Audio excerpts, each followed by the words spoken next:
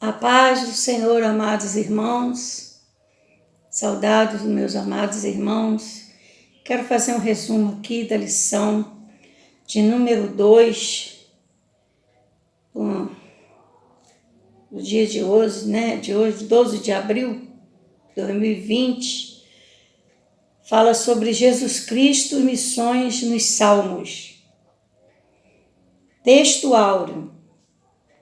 Deus meu, por que me desamparaste? Por que te alongas das palavras do meu bramido e não me auxilias? Salmo 22, versículo 1. Verdade aplicada.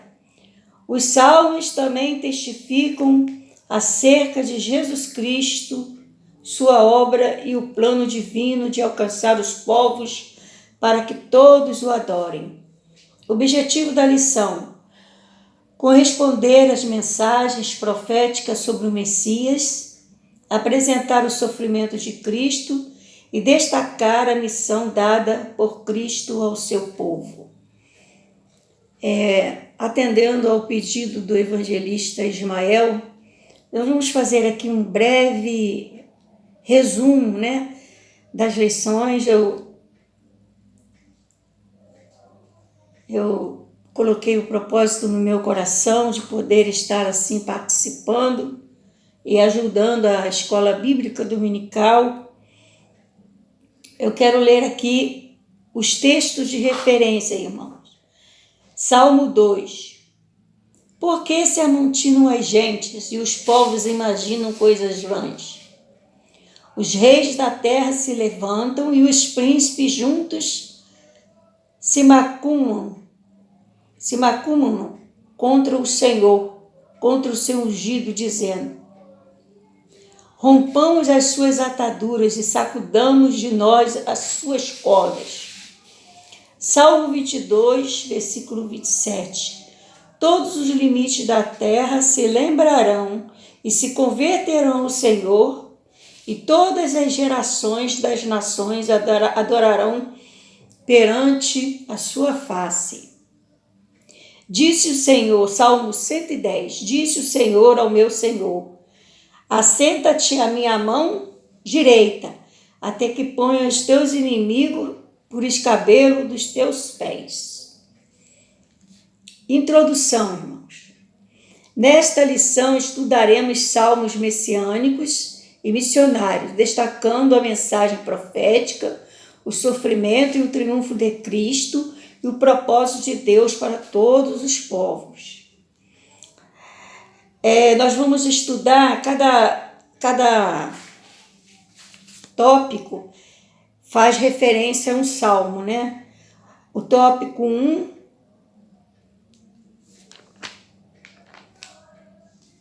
fala sobre o Salmo 2, profecia nos salmos messiânicos. O Salmo 2, escrito por Davi, conforme pode ser verificado em Atos 4, 25, relata 3 profecias a respeito do Messias.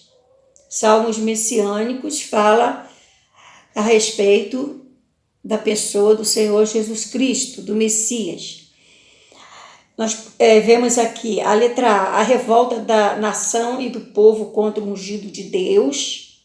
B, o triunfo do Filho de Deus. C, o reinado do Filho de Deus sobre todas as nações. Tópico 1, a revolta do povo contra o ungido de Deus. O Salmo 2, ele começa com a seguinte indagação: por que se amontinam as gentes e os povos imaginam coisas vãs? A palavra amontinar significa enfurecer-se, revoltar-se. Percebe-se no contexto em que essa revolta ela é generalizada, independente da posição ou classe social do indivíduo. A revolta não será apenas dos povos, mas de reis e príncipes em conluio e são direcionadas ao ungido de Deus. O termo ungido aponta profeticamente para Jesus, o ungido de Deus, como está em Atos 2, 36, 18, 28. Várias passagens do Antigo Testamento que mencionam a unção são consideradas messiânicas, por serem prenúncios de Cristo. Salmo 45, versículo 7, Salmo 89, versículo 20, Isaías 61, versículo 1, Daniel 9, 24, 26. Essas referências falam sobre o ungido, sobre o Messias, e são textos messiânicos, palavras que estão se referindo à pessoa de Cristo. Portanto, Cristo enfrentaria uma forte oposição.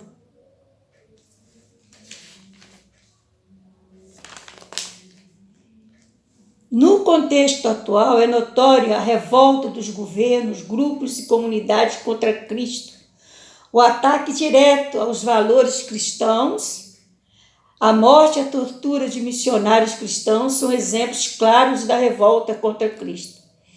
Nós sabemos que o Senhor Jesus Cristo ele é rejeitado. A palavra de Deus diz que ele veio para o que eram seus e os seus os rejeitaram. As nações, os povos, os príncipes, os reis rejeitaram o Senhor Jesus Cristo. Ele não foi aceito, né? Ele não foi aceito. Nós podemos ver aqui no triunfo do Filho de Deus, é o tópico 1, 2. O triunfo do Filho de Deus. Percebe-se que a revolta e o conluio dos reis e príncipes, povos e nações, relatada no Salmo 2, do 1 ao 3, tem por finalidade romper as ataduras do Messias. Rompamos, ou seja, removamos as ataduras e cordas. Eles não querem o domínio e o poder sobre eles. Retrata aqueles que não se submeterem ao senhorio de Jesus Cristo. Contudo, o texto informa que o conluio revolta não subsistirão, pois o Messias triunfará. Vejamos, os sábios e entendidos serão confundidos, como está em 1 Coríntios, capítulo 1, versículo 20. Haverá triunfo sobre os arrogantes. O nosso Deus, o Senhor Jesus Cristo, aquele que foi rejeitado entre os povos, diz a palavra de Deus que ele triunfará. E todos que os rejeitaram terão que reconhecer que ele é o Senhor, que ele é ungido de Deus. E aqui no tópico 1, 3, fala sobre o reinado do Filho de Deus. Fala, o decreto divino estabelece o reinado do Filho de Deus.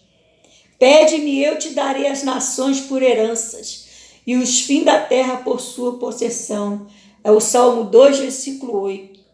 O decreto divino, escorçado no verso 7 e 9, profetiza o ofício real de Cristo. O exercício desse ofício por Cristo está mais detalhado no Novo Testamento em relação ao universo. Cristo passa a governar o mundo. É quando ele estabelecerá o seu reinado milenar. Está lá em Mateus 25, 31, 32. As nações serão reunidas em volta dele. Mateus 28, 18. E Hebreus 1, 3. O seu reinado é extensivo também à igreja, conforme podemos verificar em Efésios 1, 22, 23. Cristo, como Filho de Deus, assumirá a propriedade das nações, não apenas dos judeus, mas também dos gentios e os confins da terra, como está em Isaías 53, 12, Apocalipse 11, 15. Por fim, aqueles que não aceitaram o Messias sofrerão duro juízo. Palavras proféticas, irmãos, palavras poderosas. Louvado e engrandecido o nome do Senhor. Ele estabelecerá o seu reinado milenar. Ele triunfará. Ele, o Senhor Jesus Cristo, diz a palavra de Deus, que ele regerá com varas de ferro.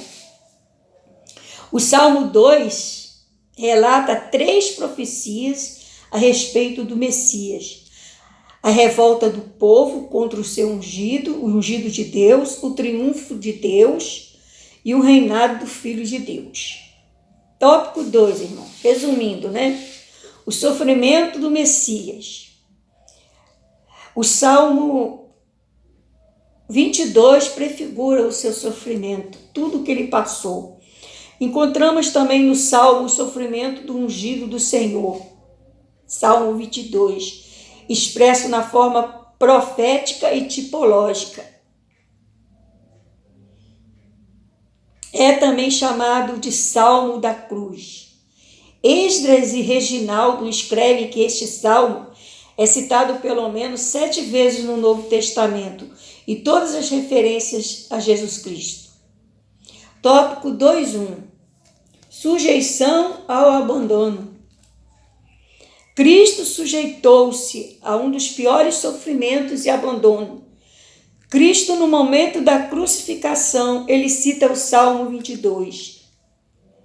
E perto da hora 9, ele exclamou, Jesus em alta voz, dizendo, Eli, Eli, lama sabachthani, isto é, Deus meu, por que me desamparaste? Ele mesmo, ele não suportou o desprezo e o abandono, até mesmo diante de Deus, ele se sentiu abandonado, Cristo, ele abre mão da sua glória para aceitar a punição que deveria ser aplicada aos homens, pois o pecado faz separação entre Deus e o homem. E Cristo nos resgatou da maldição da cruz, fazendo-se maldição por nós, irmãos. Ele esvaziou-se de si mesmo, esvaziou-se da sua glória para se tornar maldito por nós ali na cruz do Calvário. Ele sofreu zombaria e desprezo, como está aqui no tópico 2.2. Salmo 22, versículo 6 ressalta: Mas eu sou verme, e não homem, opróbrio dos homens e desprezado do povo. Denota-se na presente passagem o completo esvaziamento de si, comprovando o que o apóstolo Paulo, em Filipenses 2, do 6 ao 7, quando Cristo assumiu a forma de servo, e como profetizou Isaías, tão desfigurado que nem parecia ser um ser humano. Isaías 52, 14. Ele foi ridicularizado, louvado seja Deus, pelos homens, conforme pode ser verificado por sua declaração em Marcos 10, 33, 34, e pela atitude de um dos ladrões que estavam na cruz, como está em Lucas 23, 39, enquanto um reconhecia que ele era o enviado de Deus, que ele era o Filho de Deus e que ele estava morrendo ali pelos nossos pecados, o outro ladrão escarnecia e zombava dele. Tópico 2.3. O sofrimento não lhe impediu de cumprir a sua missão. Irmãos, o Senhor Jesus Cristo sofreu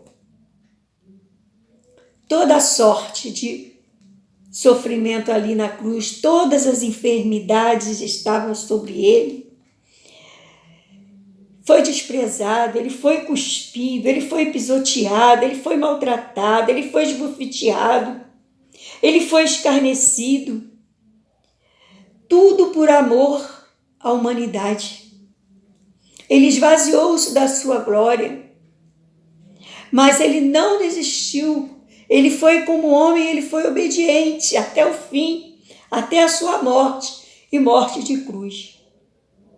No tópico 2.3, fala sobre o sofrimento, que isso não foi motivo para que ele não viesse, para que ele deixasse de cumprir a sua missão. No verso 22 do Salmo 22, há uma declaração pública de alguém que não deixará de anunciar e louvar o nome de Deus. O escritor aos Hebreus usa este verso para referir a Jesus Cristo. Em Hebreus 2, do 11 ao 12, o sofrimento e o desprezo, as afrontas, não conseguiram impedir o ungido de Deus, Jesus Cristo, de cumprir a sua missão. Anúncio e louvor não serão abafados pelo sofrimento. O trabalho de sua alma ele verá e ficará satisfeito. Como Isaías 53, 11. É como nós estamos atravessando essa fase de pandemia. Querem nos sufocar, irmãos, querem nos calar, mas não podemos, por causa do sofrimento. E como igreja do Senhor Jesus Cristo, não podemos deixar de adorar, de louvar e de exercermos a nossa função como servos do Senhor Jesus Cristo. Ele não desanimou. Nós podemos observar nesse salmo messiânico, Salmo 22, a prefiguração do Messias. Louvado seja o nome do Senhor, a prefiguração do sofrimento do Senhor Jesus Cristo ali na cruz do Calvário. O sofrimento do ungido do Senhor é expresso de forma profética e tipológica no Salmo 22. Louvado seja o nome santo do Senhor. Tudo aquilo que Davi sofreu, né? Davi foi um tipo de Jesus. Ele sofreu também, né? Povos se levantaram contra ele, mas ele permaneceu firme, né? No seu propósito de servir e fazer a vontade de Deus. O tópico 3, irmãos, nós não podemos nos alongar muito, porque senão fica difícil, o vídeo fica muito longo, né? O Salmo 110, né? O sacerdócio real e os salmos missionários. Estudar as questões relativas às profecias, ao sofrimento do Messias e de seu sacrifício, conforme Salmo 2 e 22, cabe destacarmos alguns pontos frisados no Salmo 67, 110 e 117, que são salmos missionários. Tópico 3.1, sacerdócio da ordem de Melquisedeque. O Salmo 110, versículo 4, informa acerca de um sacerdote eterno, segundo a ordem de Melquisedeque. Esse ponto também é tratado em Hebreus 5:6, de acordo com Mateus Henry. Melquisedeque foi sacerdote no seu trono e também o é de Cristo, como está em Zacarias 6:13. Melquisedeque, rei de justiça e rei de paz. Melquisedeque não teve sucessor, nem Cristo tem. O sacerdote dele é imutável. O sacerdote de Cristo é incorruptível, sem pecado, conforme podemos verificar. Então, Melquisedeque é um tipo de Cristo, que não tem início e nem fim, né? E o sacerdócio dele é eterno. Jesus é sacerdote segundo a ordem de Melquisedeque, porque Melquisedeque não é da ordem de Arão, não é sacerdote da ordem de Arão. O Senhor Jesus Cristo, o sacerdócio do Senhor Jesus Cristo, ele é eterno e é incorruptível, sem pecado, conforme podemos verificar em Hebreus 4:15. Ele sofreu tentações, mas não pecou, e tendo cumprido a sua obra, ele foi recebido em cima no céu. Louvado e engrandecido seja o nome santo e glorioso do Senhor Jesus Cristo. Tópico 3.2, os salmos missionários. Após destacarmos os salmos diretamente relacionados a pessoas e características de Cristo, compete observarmos que os salmos 67 e 117, estabelece um dever missionário. Assim como o livro dos Salmos nos convoca não apenas para conhecermos a pessoa de Jesus Cristo e sua obra, mas por causa disso clamarmos a Deus por misericórdias e bênçãos, sem contudo ignorarmos o propósito de Deus e em abençoar todas as nações.